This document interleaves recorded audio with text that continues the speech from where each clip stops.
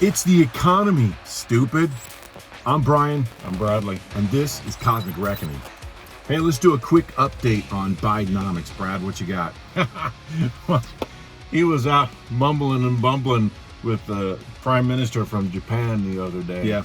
And boy, he said something that just, I don't know, I was slack-jawed. But he said that inflation was skyrocketing when he took office. Okay. Really? 1.4%? No, seriously, let's... Okay. Wait, do we have video of that? I think we might. I think we do. Let's take a look. But look, we have dramatically reduced inflation from 9% down to close to 3%. We're in a situation where we're better situated than we were when we took office, where inflation was skyrocketing. Wow. Okay. Well, he said it. I told you he did. It really happened. So, you know what? Let's see if we can find a chart and let's take a closer look. A closer look. What do you see in there? Brother, it kind of looks to me like that little line is really low during 2020 before. Well, let's see. He took office in January 20th. And now I see the line, and it looks like it started moving after he inflicted upon us his first initial policies of his administration. In other words, Joe Biden bragged about it, and we all know it, man. We all have heard him brag about he reversed everything that Donald Trump did. He reversed everything that Trump did on China, except for a small amount of the tariffs, but otherwise he reversed everything he did on China. He reversed everything he did on energy production and domestic energy production, while passing executive order to allow the United States to buy oil from Venezuela. So we could go through all these aspects, but here's how I think about it. What did Joe Biden do and the Democrats? They promised when they came into office they were going to spend more money than anybody in the history of the world, and they did so with the American Rescue Plan and the Infrastructure Investment Act, which included, by the way, those are trillions of dollars. That included extending the COVID payments. Remember that? Oh, yeah. Cash payments to people, including providing housing to keep people out of work. Yeah. Right? So the only thing they did was debt spend. They spent our money, your money, our money on all these utopian projects, and none of us have seen any fruit from it. So when you have massive, reckless spending like that, someone like Larry Summers, a Democrat economist from the Obama-Biden administration, warned the Democrats, you're spending too much money, you're going to spike inflation. Yeah. We're talking about something that relative to the GDP gap is 6 times as large as what we did in 2008. And if that's what we're going to do, we need to make sure we've got a contingency plan in case we get a perfect combination of good news. The $1.6 trillion in pent-up savings gets spent. This fiscal stimulus gets delivered, COVID gets behind us, and people feel free to spend. And we have an economy that is literally on fire.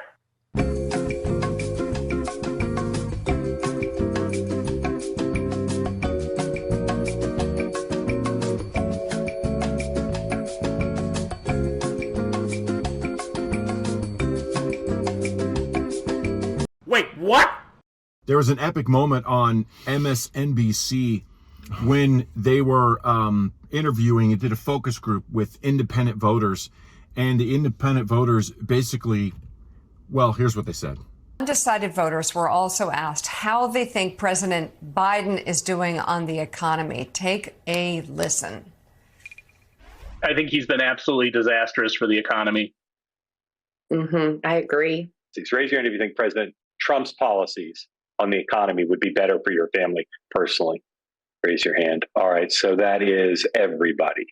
Joe Biden's been gaslighting us nonstop about the economy, and nobody's buying it. And the reason they're not buying it is because the numbers they're feeding us from the government have nothing to do with what we pay at the gas pump, have nothing to do with what we're paying for car insurance, have nothing to do with what we're paying for utilities and groceries. Joe Biden has given us an unaffordable economy, and we all know it because all he did was recklessly spend money without delivering anything to the common American worker. Yeah. You know, I think the other thing that one of those gas lights that they've been using is, I've heard this claim and I'm like, what are they talking about? I figured it out. They've been claiming that wages are increasing faster than inflation.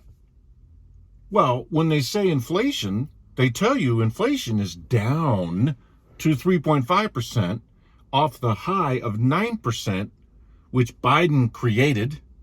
Okay, first of all. So it's down to 3.5%, but wages are growing faster. Well, they're falsifying the numbers that they're putting next to each other. What they're actually talking about is the increase per month.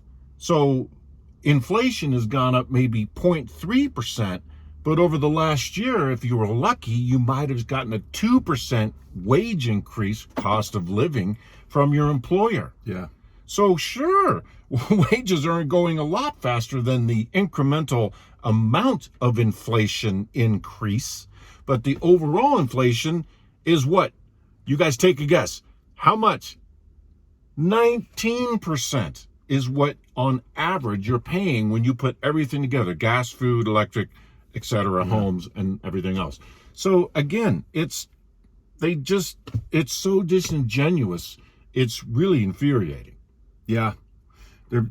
Again, the big theme that Brad and I are trying to push here is the numbers you're hearing on the media and the numbers you're hearing out of the Biden administration are completely disconnected with the reality of what we're paying. Yep.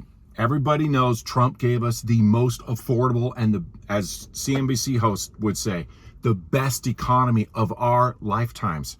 We could actually have more jobs coming back if we win the trade war. No, you won't see that written or said anywhere. Well, sometimes the truth sets people free. Yeah, that's a beautiful... Look, Joe, you and I both know. These are 50 years, okay? Now, I'm 64. There's beating... I didn't know about things were in 13 when I was 13 and 14, other than the war. But these are... I'm not going to say it. You can't contradict that these are the best numbers of our lives. And Joe Biden gave us an unaffordable economy.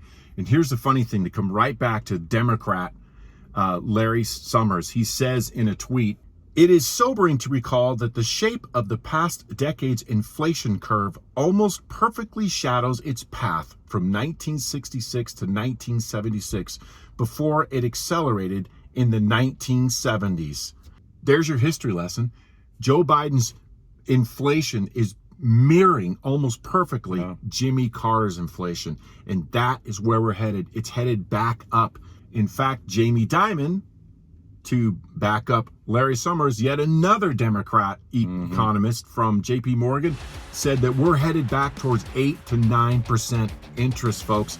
It's going to get worse. That goes back to the phrase that you came up with, that the perceived chaos of the Trump administration is now the reality of the Biden administration. Yeah, we can see it for ourselves. We're showing you Democrat statistics. We're showing you, and we're quoting and government statistics. Democrat economists, okay? They're telling us, we could cite Republican and independents we could throw all our day, but we're telling you, even Democrats are saying Joe Biden's economy is a total disaster. And there's only one way to change that, and it's November 5th. And it means you got to vote for 45 to be 47. I'm Brian. I'm Bradley. That's Cosmic Reckoning for today. And remember, think right to live free.